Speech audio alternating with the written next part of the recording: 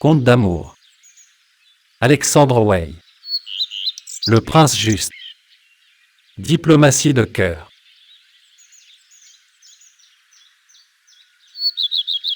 Conte de Chandor. Dit la princesse. Votre présence dans ce château, et la démarche que je fais auprès de vous, doivent vous paraître étranges.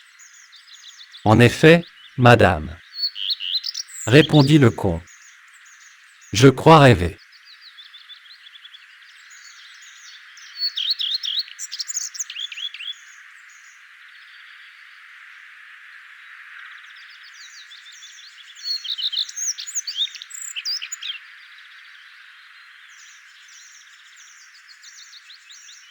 Les beaux rêves se présentent souvent sous de sombres couleurs. Répliqua la princesse.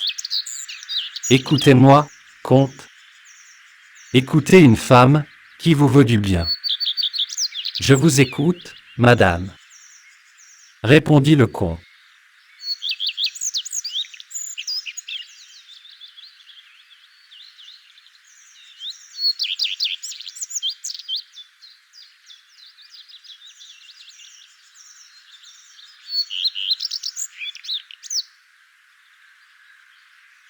Vous aimez Clélia de Lusace, et Clélia de Lusace vous aime. Vos deux cœurs sont dignes, l'un de l'autre.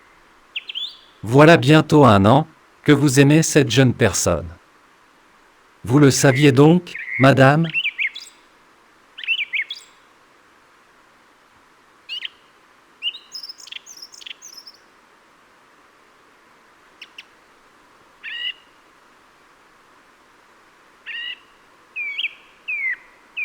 Je sais tout ce qui se passe dans la capitale. Je connaissais la présence du duc de Lusace dans cette ville.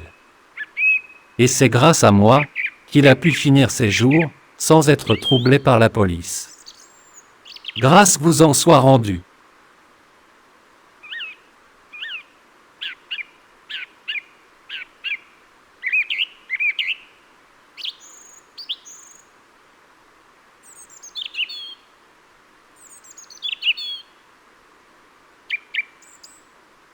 Ne me remerciez pas. Car, d'abord, mon âme savourait avec bonheur l'union projetée entre un de nos fidèles chevaliers et une des plus nobles héritières de notre pays. Mais bientôt, je m'aperçus, avec un profond chagrin, que cette union était impossible.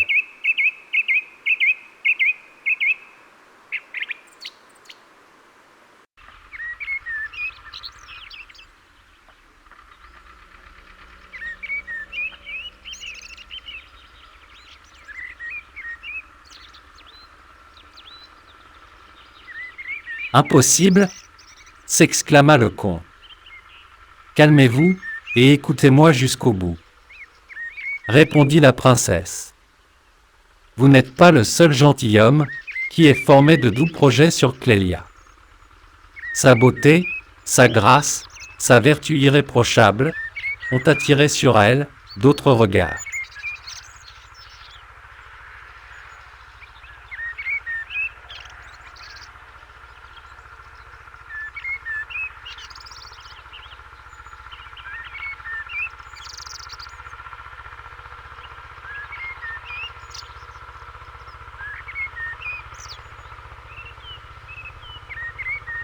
Avant même que vous eussiez une première entrevue avec elle, vous aviez un rival généreux. Il est vrai, mais puissant. Je le sais. C'est votre frère, mon auguste maître.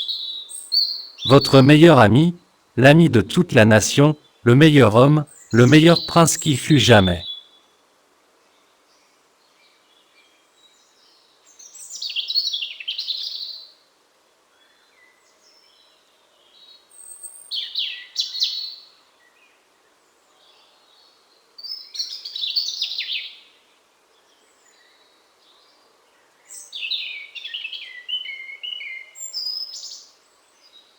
Mais, il y a renoncé, madame.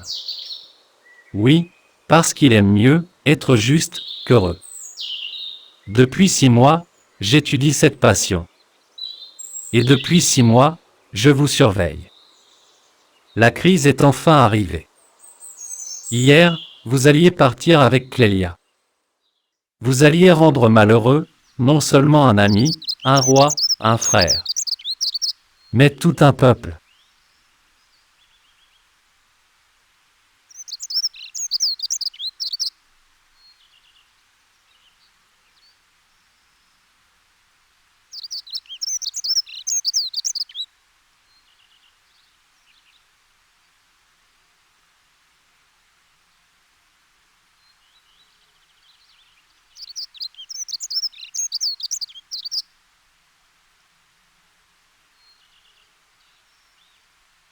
Car, si mon frère pouvait sérieusement renoncer à Clélia, il n'aurait pas fait la démarche inconsidérée d'hier soir. Voilà 6 mois qu'il lutte contre cette passion. Il la vaincra, il sacrifiera son cœur à sa gloire. Mais, je crains bien qu'avec la perte de Clélia, nous ne perdions tous notre paix, notre prospérité, notre bonheur.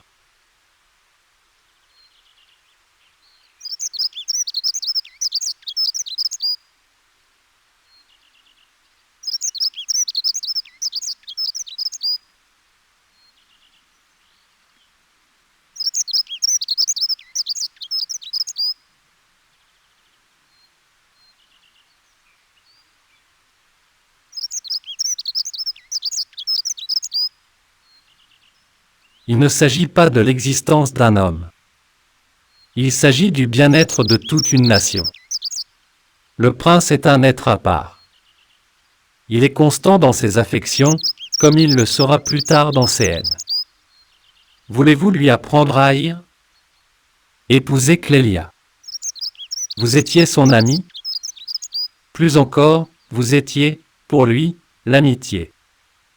Comme l'image de Clélia était, pour lui, l'amour.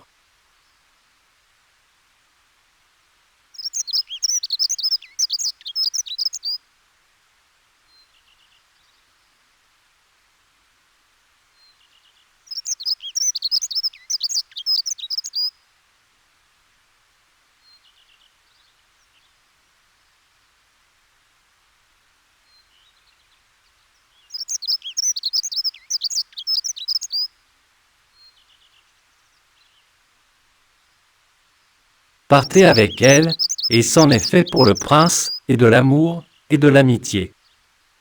Que lui restera-t-il? Il s'ennuiera.